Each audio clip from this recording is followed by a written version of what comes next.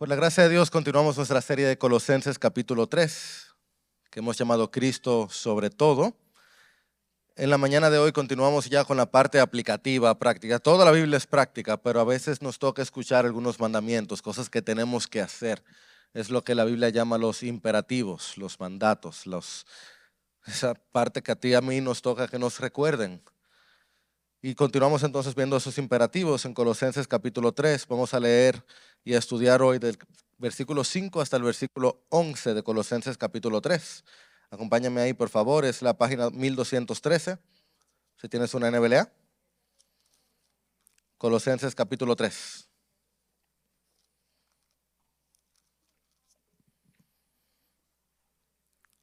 Colosenses capítulo 3, versículos 5 hasta el 11. Yo he titulado este sermón, Hasta que Cristo sea todo en todos. Y por la gracia de Dios, vamos a escuchar a Dios hablando en nuestro idioma. Así que si estás ahí y puedes ponerte de pie para leer juntos la palabra de Dios.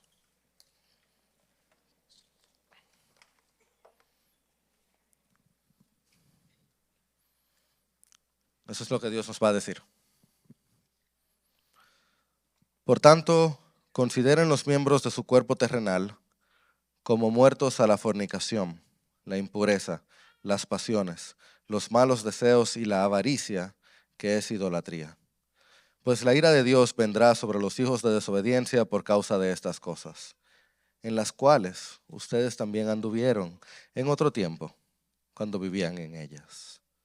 Pero ahora desechen también todo esto: ira, enojo, malicia, insultos, lenguaje ofensivo de su boca. Dejen de mentirse los unos a los otros, puesto que han desechado el viejo hombre con sus malos hábitos, y se han vestido del nuevo hombre, el cual se va renovando hacia un verdadero conocimiento conforme a la imagen de aquel que lo creó. Leemos juntos. En esta renovación no hay distinción entre griego y judío, circunciso e incircunciso, bárbaro, escita, esclavo o libre, sino que Cristo es todo y en todos. Que el Señor bendiga su palabra. Creador sin igual, que te hiciste mortal, nosotros te alabamos hoy y te pedimos que nos ayudes a alabarte bien. Lo hicimos en palabra, lo hacemos en palabra muy frecuentemente y por eso te damos gracias, porque antes no lo hacíamos, antes solo hablábamos de otras cosas, pero ahora hablamos de ti. Gracias, Señor, por eso. Y si ese eres tú, puedes darle gracias a Dios. Pero ahora, Señor, también queremos hacerlo con nuestras acciones, con nuestra vida, con nuestra pureza. Así que te pedimos, ayúdanos, Señor, porque oramos en el nombre que es todo y en todos. Amén. Uno de los momentos más importantes en la vida de una persona es el momento de su bautismo. Hemos estado hablando de eso últimamente. Los que hemos participado de alguno, ya sea el nuestro o el de alguien más, hemos sido testigos de esa belleza, lo magnánimo, lo majestuoso de cuando un hombre o una mujer va a esas aguas bautismales y deja ahí atrás al hombre viejo y sale como un hombre nuevo, así como Cristo resucitó para nuestra justificación. Hay algo poético, hay algo metafórico, hay algo glorioso ahí pasando. Cada bautismo es especial. Eso no se pone viejo, eso no cansa. Como pastor, sí le puedo decir que hay algunas cosas de los bautismos que se ponen repetitivas. No cansonas, sino que se repiten siempre. Yo espero que pase cada vez, y es esto. Siempre, siempre, siempre, un par de mis hermanos se me acercan y me dicen, pastor, una versión de esta pregunta. Y yo voy a volver a pecar. Gracias, Emanuel. Yo voy a seguir pecando.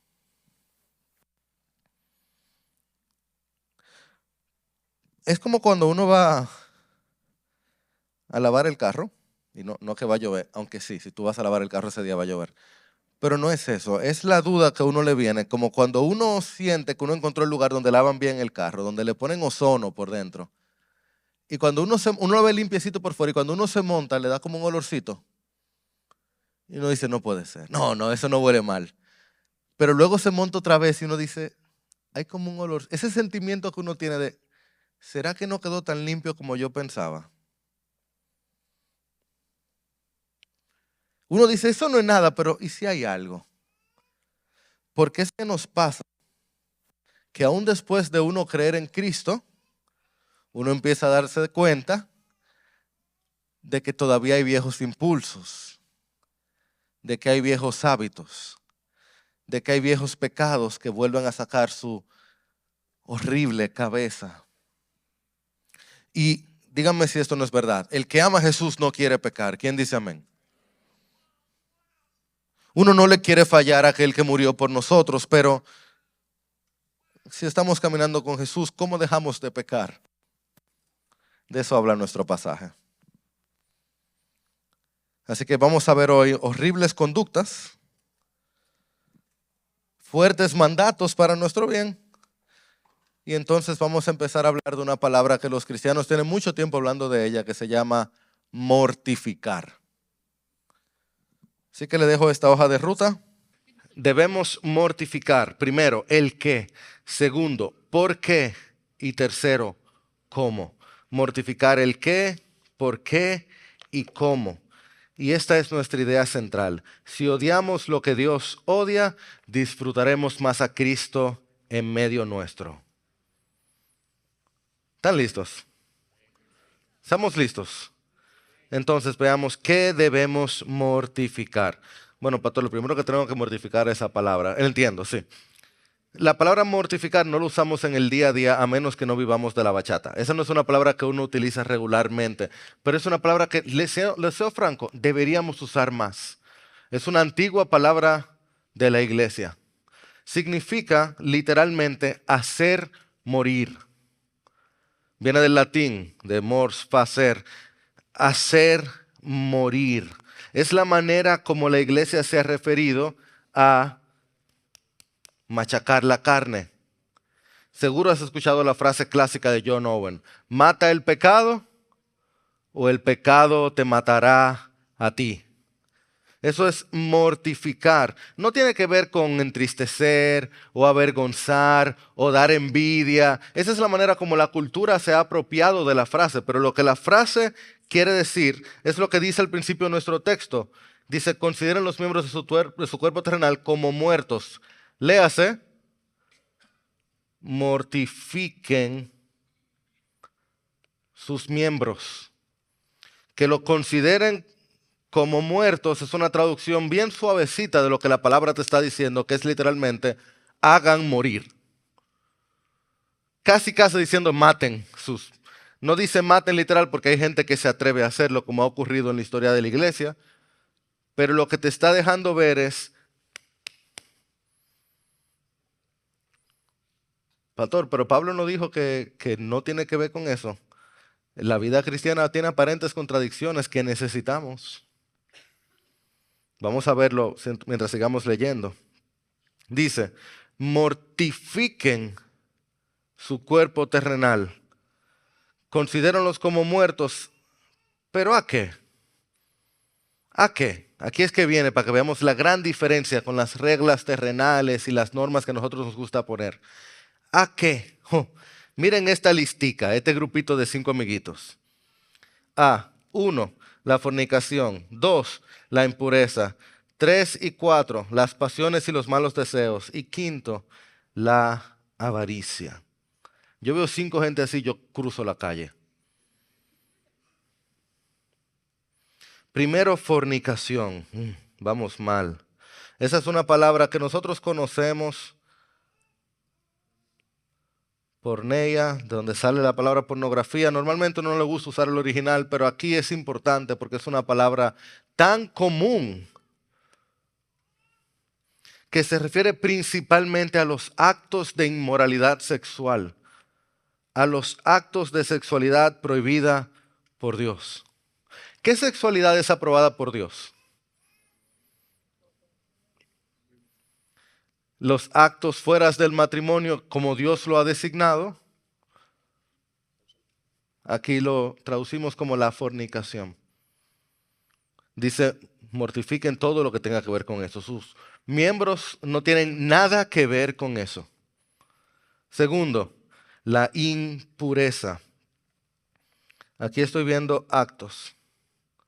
Pero cuando veo la impureza se refiere a la corrupción asociada a la inmoralidad sexual. Y esto, lo bueno del lenguaje es que el lenguaje tiene el significado, pero también la significancia, como lo que traduce, bueno, esto no tengo que convencerles. El pecado sexual tiene como un aire asociado a él.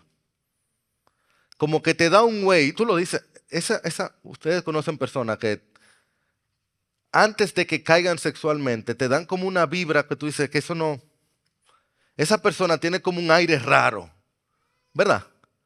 Es que esa persona tiene algo que no, como que, por eso Efesios 5:3 dice que el pecado sexual entre los cristianos ni siquiera se nombre, que ni se mencione. Aquí literalmente te dice que la impureza, tú no tienes que tener nada, o sea, el aire de la inmoralidad sexual no debe estar ni cerca del cristiano. O como dice mi abuela, bueno, mi abuela ya falleció, pero como dice la abuela, que la novia del César no solo tiene que serlo, sino parecerlo.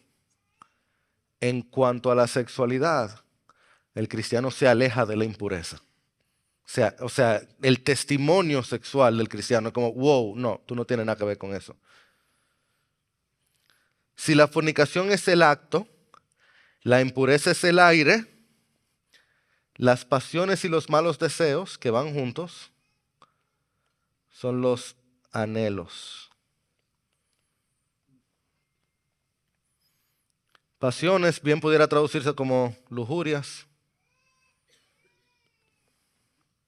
Son los deseos descontrolados por las cosas prohibidas.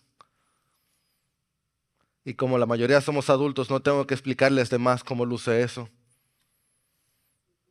Tú ves algo que no puedes tener y empiezas a anhelarlo y a quererlo y a quererlo.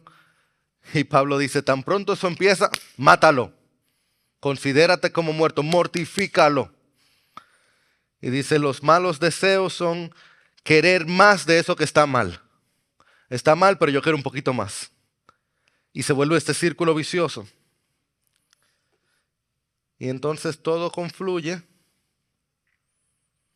en avaricia. Actos, aires, anhelos y avaricia. Y tú dices, ¿por qué es avaricia aquí?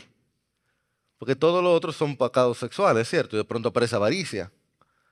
Pero en el pasaje paralelo en Efesios pasa lo mismo, que se habla de inmoralidad sexual y de pronto se habla de la avaricia. Y si te detienes, tú puedes empezar a ver por qué. La esencia de la avaricia es anhelar tener más y más y más. Yo le soy franco, nadie quiere dinero. O sea, papeleta. Nadie quiere papeleta. Siempre me llama la atención como cuando la moneda, que Dios traiga justicia, la moneda venezolana se fue al piso, se hacían carteras con el papel de Venezuela, con el bolívar. Y las carteras valían más que los bolívares. Porque no es el papel. Nadie quiere papel como tal. Tan pronto el oro dejó de ser. No es el papel. Es lo que significa. ¿Y qué es lo que significa el dinero? Oh, más experiencias, más poder, más capacidad de tener, más cosas, más influencia, más placer. Yo tengo más dinero, puedo tener más cosas, puedo hacer más cosas, puedo tener más y puedo tener más y puedo tener más. Y ahí entiendes por qué nos dice que la avaricia es idolatría. Es una manifestación clara de la carne. Es deseo incontrolado de tener más. Yo no necesito a Dios, yo tengo dinero. Lo que yo quiero más, esto me lo da. Más, más, más, dámelo, dámelo, dámelo, dámelo, dámelo, dámelo, dámelo. Yo no necesito a Dios. Y la avaricia entonces funge como base de los deseos incontrolados sexuales que tenemos que mortificar. Y uno ni cuenta se da de eso. Uno piensa que el problema que uno tiene es solamente en un lugar y no se da cuenta que está en el corazón, que anhela más y más y más y más de algo muy lejano a Dios. De hecho, anhela otro Dios. Doug Moo comentaba, decía, poner a otro Dios en lugar del Dios verdadero de la Biblia conduce a una colección de pecados sexuales y perversiones. Los pecados sexuales surgen porque la gente tiene un deseo incontrolado de más y más experiencias y placeres. Y tal vez tú y tu pareja, la razón por la que continúan cayendo pecados sexuales es porque se están enfocando en el pecado sexual y no en la idolatría de su corazón. Y si eres parte de piedra y estás cayendo en pecado sexual, como tu pastor te digo, para. Pero segundo te digo, reflexiona. ¿Qué ídolo funcional has puesto en vez del Dios de la Biblia? ¿Qué es lo que estás adorando que no es Dios? Y si eres soltero y estás cayendo en pecado sexual, te diría, para. Y segundo te diría, reflexiona. ¿Qué es lo que estás haciendo? ¿A quién estás adorando que no es Dios? Seguimos profundizando entonces y veamos por qué. ¿Por qué debemos mortificar? Bueno, primero en lugar, y quizás lo más fundamental, es porque Dios odia. Ya que Dios es amor, cada vez que te encuentres de frente con que Dios odia algo, tienes que detenerte. Siempre. Porque Dios es amor. De tal manera amó Dios al mundo. ¿Qué hizo? Dio su Hijo unigénito para que todo aquel que cree en Él, ¿qué tan horrible será esa perdición que Dios dio a su Hijo unigénito? ¿Qué tan perdidos estábamos? Entonces, dice el versículo 6, la ira de Dios vendrá sobre los hijos de desobediencia por causa de estas cosas. ¿Cuáles cosas? Lo tienes ahí en tu escritura. Lo acabamos de leer. Por causa de los pecados que acabamos de ver. De la fornicación, la inmoralidad, los anhelos sexuales, los malos deseos y la avaricia que es idolatría. Mira, si solo fuéramos materia, si el mundo se acaba con nuestra muerte, pues nada, cada cual a lo suyo. Pero eso es improbable, en el sentido de que es imposible de probar. Y eso es contrario a lo que la Escritura claramente nos enseña. Lo que aquí nos dice es que Dios está en los cielos y está airado por la desobediencia de la tierra y no se va a quedar de brazos cruzados. Dice que Él va a intervenir. Su ira vendrá sobre los hijos de desobediencia. Y me parece interesante que habla de que los cristianos lo sabemos. Y una cosa es tú aprender en teoría, pero los cristianos sabemos de la ira de Dios en la práctica. ¿Por qué se los digo? Porque aquí dice, en las cuales ustedes también anduvieron cuando vivían. Si tú recuerdas cuando el pecado era tu forma de vida, tú sabes lo que es sentirte absolutamente insatisfecho, decepcionado y tener esbozos de la ira de Dios sobre ti. Dicho de otra manera, tú no quieres volver ahí. La condenación por nuestras malas obras estaba sobre todos nosotros. Aquí estamos todos iguales. En cuanto a lo que merecemos, todos merecemos la ira de Dios. ¿Alguien dice amén a eso? La única diferencia es que alguien sufrió la ira de Dios por nosotros ya. ¿Quién dice amén? Esa es la gran diferencia, que ahora yo puedo haber visto al madero, yo veo el Calvario, yo digo, ahí está el que sufrió la ira de Dios por mí, y ya la ira de Dios no está sobre mí, ya yo no soy un hijo de desobediencia. Así que cuando yo veo esas malas obras, yo digo, yo no quiero eso porque yo veo lo que eso merece. Eso merece la cruz, eso puso ahí a mi Jesús, mi amado Salvador, el que murió por mí. Yo no quiero eso, a mí no me des eso, a mí dame a Cristo. Mortificamos el pecado porque Dios odia al pecado. También mortificamos al pecado porque el pecado nos separa uno de los otros. Y nadie quiere estar solo. Pablo nos da en el versículo 8, 9 y hasta un poquito en el 11 como otra lista de pecados. Él nos habla aquí de, en verdad van juntos, nos habla de ira, enojo, malicia, insultos, lenguaje ofensivo de su boca y como que le da el cierre con dejen de mentirse. Este listado, los primeros 4, son básicamente un grupo de sinónimos en lo que está pasando. El quinto tiene que ver con un lenguaje subido de tono, de estos, por decir de manera suave, el lenguaje soez. Y la Biblia nos está mandando a mortificar el lenguaje carnal que fácilmente nos sale. Yo no tengo que convencerlos de que, miren, uno se junta y uno empieza a hablar y uno ni cuenta se da como uno empieza a decir cosas que no debe decir. Nadie diga amén. Decir lenguaje, hablar Biblia, bueno, hipócritamente sí. Pero decir palabras de edificación, uno tiene como que prepararse para eso. Pero hacer un chiste de esos que no van, o insultar, o hablar con ira. Y eso no es porque somos dominicanos, no. A nosotros nos sale de la manera colérico sanguíneo, tal vez a un europeo le sale de manera, bueno, a los hermanos españoles también, porque somos latinos, tal vez a un finlandés o a un, no sé, a alguien de Dinamarca le sale pasivo-agresivo. Pero este asunto del lenguaje con la ira, con el enojo, con la malicia, nos sale así. ¿Saben por qué? Porque de la abundancia del corazón. Es grave nuestra situación. Porque ese tipo de palabras no glorifica a Dios y deshonra al otro. Nadie quiere estar con quien lo trata mal. Por eso es que Pablo viene y nos mete ahí. Oigan, la manera que Cristo nos ha salvado, no hay distinción entre griego, judío, circunciso, incircunciso, bárbaro, escita, esclavo, libre. Cristo es todo y en todos. Y entonces la Biblia es tan realista, no dice no mientan. ¿Qué es lo que dice? ¿Lo vieron? Dejen de mentirse. Paren eso. Fue como que nos lo escribieron a nosotros.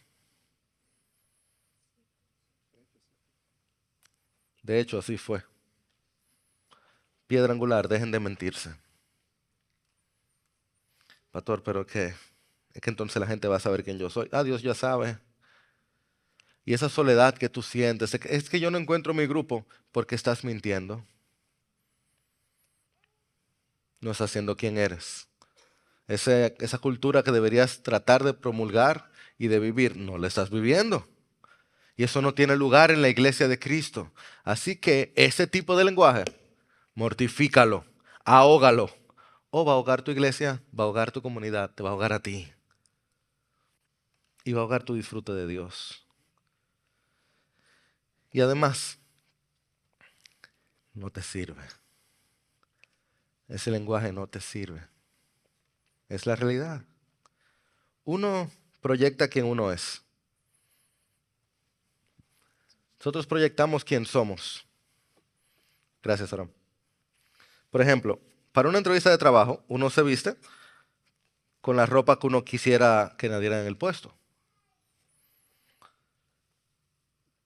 Si uno está medio down, un poquito deprimido, uno se pone una ropita que le quede bien y de pronto se ve en el espejo y como que, mira, le sube un poquito el ánimo, ¿verdad?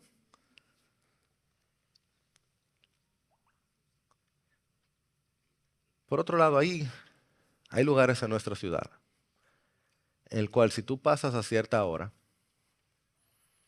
tú vas a encontrar mujeres que están atrapadas en una vida de pecado, que han tomado decisiones de tinieblas, que aún la manera en que se visten es para dejar saber qué es lo que son. Y que tú las ves y tú sabes de qué trabajan, de qué viven. ¿Qué pasa cuando Jesús entra en la vida de una de ellas? ¿Qué ocurre? Entra el gozo, entra la paz, entra la libertad. llega el perdón. ¿Y tú sabes qué pasa también? Se visten diferente.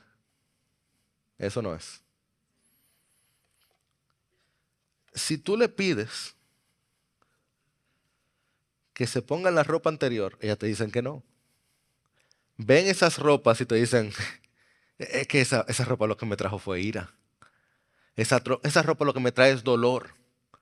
Lo que les recuerda es cómo eso lo acerca al pecado. Es más, te lo pueden, esto recuerdo ahora recuerdo vívidamente haberlo escuchado. Es que yo no soy esa persona ya yo no soy esa mujer. Dicho de otra manera, esa ropa ya no me sirve. Hermano, el pecado a ti no te sirve. A ti no te queda ya. Puesto que han desechado al viejo hombre con sus malos hábitos y se han vestido del nuevo hombre.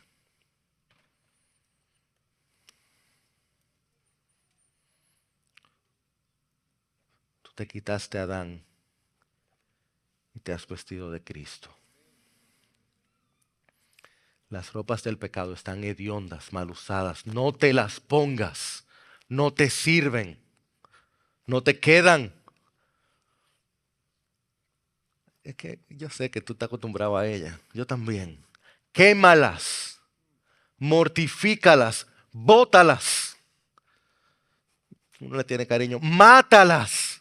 Lo que sea que tengas que hacer, porque solo te trae dolor, soledad, ira, muerte. Porque si ustedes viven conforme a la carne, habrán de morir. Pero si por el Espíritu hacen morir las obras de la carne, viviremos. Pastor, usted tiene razón. No soy yo, eso es la Biblia que lo dice. No, pastor, la Biblia tiene razón, es verdad. ¿Cómo lo hacemos? Ya estamos en el asunto. Lo primero y más importante es dependiendo del Espíritu Santo. Espíritu Santo de Dios, ayúdanos hoy. Lo primero y más importante es que necesitamos depender del Espíritu Santo de Dios. Sin el Espíritu de Cristo, nada. Nada. Si yo tengo ahora y te doy 10 tips para vencer a la carne, yo no te ayude en nada. Con tus fuerzas no vas a poder avanzar. Ni yo. Algunos podremos hacer que la carne mute de un lado a otro. Recuerden, eso mismo nos acaba de enseñar Pablo en Colosenses capítulo 2. No tiene fuerza, nuestros hábitos, nuestras formas no logran, la carne muta. Por eso cuando Cristo nos manda, cuando nos encuentra así en medio de la tentación, ¿qué Él nos manda a hacer? Velad y orad.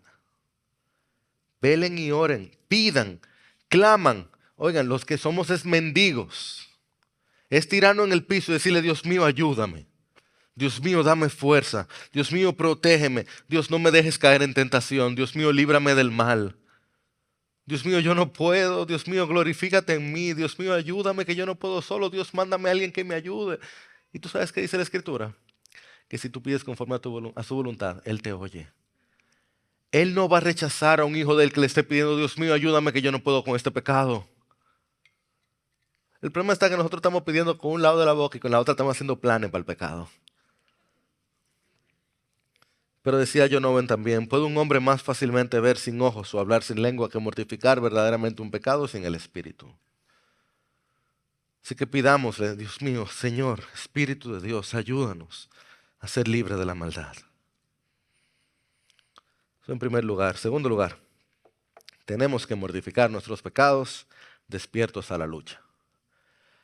¿A qué yo me refiero con esto? Iglesia, imagínate que estamos en una guerra, ¿cómo lo estamos? Y que de pronto, en medio de la guerra, el soldado contrario nos encuentra durmiendo. ¿Qué tanto va a durar la guerra? ¿Se acabó ahí mismo? El tipo va a venir. Dios mío, y tú estas bendiciones se lo encuentra durmiendo. Se pierde la guerra si no sabes que estás en batalla. Y yo le soy franco, yo mismo reflexionando, tengo semanas reflexionando sobre este texto, me he dado cuenta que yo mismo me he dormido muchas veces. Uno tiene un par de victorias y se da cuenta y dice, "Oh", y se duerme. Estamos en guerra. Tenemos que despertarnos. Pues si estamos durmiendo, perdimos. Y tú sabes lo bueno, que si tú te das cuenta que tú estás en batalla, estás despierto, tú tienes la mitad del juego ganado. ¿Sabes por qué? Porque tú preparas el caballo para para la batalla y la victoria la del Señor. Así que no te acostumbres a tu pecado, levántate, despierta para que el Señor te dé la victoria. Tercero te diría que designando al pecado. ¿A qué me refiero con esto? Bueno, a mí me parece fenomenal que en este pasaje Pablo, por el Espíritu de Dios, no le llama chistecito a los lenguajes ofensivos. No dice, déjenlo chistecito así fuera de tono. Él le llama lenguaje ofensivo. Él no dice, tengan cuidado con los errores, los novios. Él le llama fornicación. Él le llama inmoralidad. Al pecado hay que llamarlo por su nombre. A tus pecados ponle el nombre que la palabra le pone. No diga, no, que tú sabes que uno tiene necesidades. Usted ha cometido pecado. Póngale nombre al pecado. ¿Sabes por qué? Porque así te pones de acuerdo con Dios. Así tus palabras tienen las palabras de Dios. Somos adultos. Los paños tibios no curan. Usemos las palabras de Dios y contaremos con el poder de Dios. El cambio viene por arrepentimiento. Y el arrepentimiento viene cuando nos ponemos de acuerdo con Dios. Decimos amén. Cuarto lugar, necesitamos descubrir nuestros ídolos. Recuerden como Pablo, cuando acaba con su lista principal aquí, él dice, y la avaricia, que es la base del asunto, que es idolatría. Eso no es aleatorio. Pero ¿qué pasa? Que nosotros, particularmente en nuestra nación, somos demasiado prontos para enfocarnos en los cambios de conducta. Y yo entiendo por qué. Cuando uno va al mecánico, tú no quieres que duren 2 horas explicándotelo, aunque si tú consigues un mecánico que te explica bien, mándamelo. Pero uno lo que quiere es que te resuelvan. Entonces, lo que uno quiere es que te resuelvan. Pero la realidad es que nuestro motor, el corazón, es demasiado complejo como para resolverse en 5 minutos. Tenemos que ir a la razón detrás de la razón. Yo quiero animarte, amado hermano, a que te hagas preguntas difíciles. Que trates de encontrar la razón detrás de la razón. Personalmente, Jairo, estoy tratando de hacer lo mismo también con los pecados que me he dado cuenta en mi vida. ¿Qué me lleva a pecar? ¿Qué ídolo está detrás? Siempre es un problema de idolatría. Yo hice un grupo de preguntas aquí, no son las únicas, pero es tratando de ayudarte, que tú puedas encontrar por qué yo peco como peco. Preguntas como estas, ¿por qué yo anhelo tanto eso que yo quiero? ¿Qué siento que me va a dar que yo tanto necesito? ¿Por qué estoy tan molesto? ¿Por qué me airo tan rápido? ¿Qué es lo que me está llevando a la ira tan rápidamente? ¿Por qué tengo este lenguaje? ¿Qué me ha llevado a que este lenguaje sea el que yo disfrute tener? ¿Qué me motiva a mentir? ¿Cuál es la motivación detrás? Cuando yo miento así tan rápidamente, ¿en qué grupo estoy mintiendo y qué es lo que yo quiero lograr con ese grupo? ¿Qué me ha cautivado? ¿Qué es lo que tiene mi mirada y mi corazón? ¿Y por qué yo no disfruto las cosas de Dios? Con preguntas como estas, si tú empiezas a hacerte una radiografía a tu corazón, a tu conducta, para hacerte una radiografía a tu corazón, tal vez se puedas encontrar cuáles son los ídolos que te están llevando a tus pecados. Y en último lugar, yo quiero notarte a que cuando mortifiques el pecado, tú lo hagas desde la cruz. Dependiendo del Espíritu, despierto a la lucha, designando pecados, descubriendo los ídolos y desde la cruz. Porque nota algo que Pablo nunca dijo en este pasaje. Nunca lo dijo. Consideren sus miembros como muertos o mortifiquen sus miembros, porque de esa manera Dios va a estar más cerca de ustedes.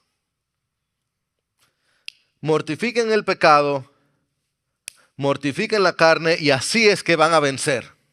Tampoco dice eso.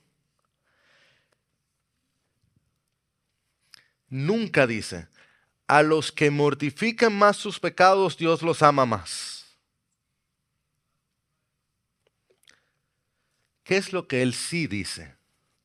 ¿Qué es lo que Colosenses nos está enseñando?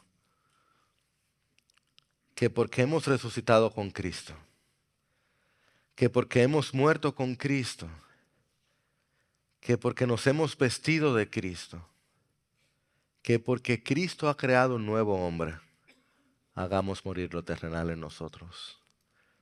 Que eso es lo que debe ser, es lo que sigue. La mortificación es en base a lo que Él ha hecho en la cruz del Calvario. No para que Él haga algo, sino lo que Él ha hecho ya.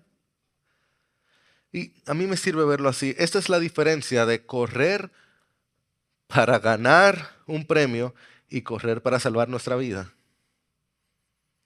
No es lo mismo, pero ni cerca. Nosotros estamos corriendo todos por un galardón. Y gloria a Dios por eso. Qué hermosa carrera. Corremos unos al lado del otro. Tenemos una gran nube de testigos.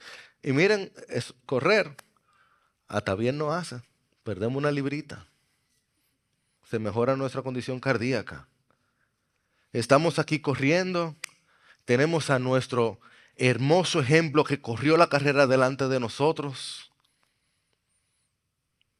Nos despojamos de todo peso y del pecado que fácilmente nos asedia. Amados, pero nosotros no corremos para salvarnos. No estamos corriendo a ver si encontramos salvación, porque si tú no corriendo, la ira de Dios no está sobre nosotros. Si tú estás en Cristo Jesús, tú has sido purificado, has sido lavado, has sido limpiado. Y Él está comprometido absolutamente con tu profunda santificación y salvación. Y esa es la motivación que Él te hizo una nueva criatura. Esa es tu motivación. Su rendición te lleva a ti a rendirte. Así que en esta mañana yo te animo a que tú te rindas, porque Él se rindió. Y si tú no lo has hecho, que sepas, Él está más que dispuesto a recibirte, tal como eres. Bendito sea el nombre del Señor. Cristo, Rey, Redentor, Restaurador. Nosotros te adoramos. ¿Cómo no? ¿Cómo no? El Dios que tú eres es el Dios que nos amas tanto que no podías dejarnos donde estábamos. Tú no necesitabas nada, nosotros lo necesitamos todo, te necesitamos a ti. Así que en esta mañana nosotros estamos más que dispuestos, aquellos que te amamos, estamos más que dispuestos a dejar lo que haya que dejar con tal de correr tras de ti. Señor, solo tú eres digno. Y también sabemos, porque ya lo hemos visto en nuestra propia vida, que lo que sea que dejamos que nos aleja de ti, cuán libres somos al acercarnos a ti. Así que yo te ruego, Señor, que tú puedas hacer de esta una iglesia que está más que dispuesta a vivir tu libertad, a decirle que no al pecado, a decirle que no a la carne, a considerar nuestros miembros como muertos, a mortificar, Señor, aquello que nos aleja de ti, que nos hace daño, con tal de correr tras tu santidad. Y yo no sé cómo eso luce en tu vida, pero si ese eres tú, yo te pediría que te pongas de pie. Señor, nosotros en esta mañana nos comprometemos a correr tras de ti. Nosotros no queremos el pecado, queremos a Jesús. Nosotros te queremos a ti. Nosotros nos rendimos a ti. Y te pedimos por valentía. Y te pedimos por dependencia. Señor, no para que nadie piense o diga que hay algo en nosotros, sino para que todos sepan que hay un Dios en los cielos que transforma vidas, que limpia corazones, que sana familias. Nosotros queremos, Señor, ver a Cristo reinando entre nosotros. Hasta que Cristo sea todo en todos, nos rendimos a ti Y su pueblo dice, amén y amén.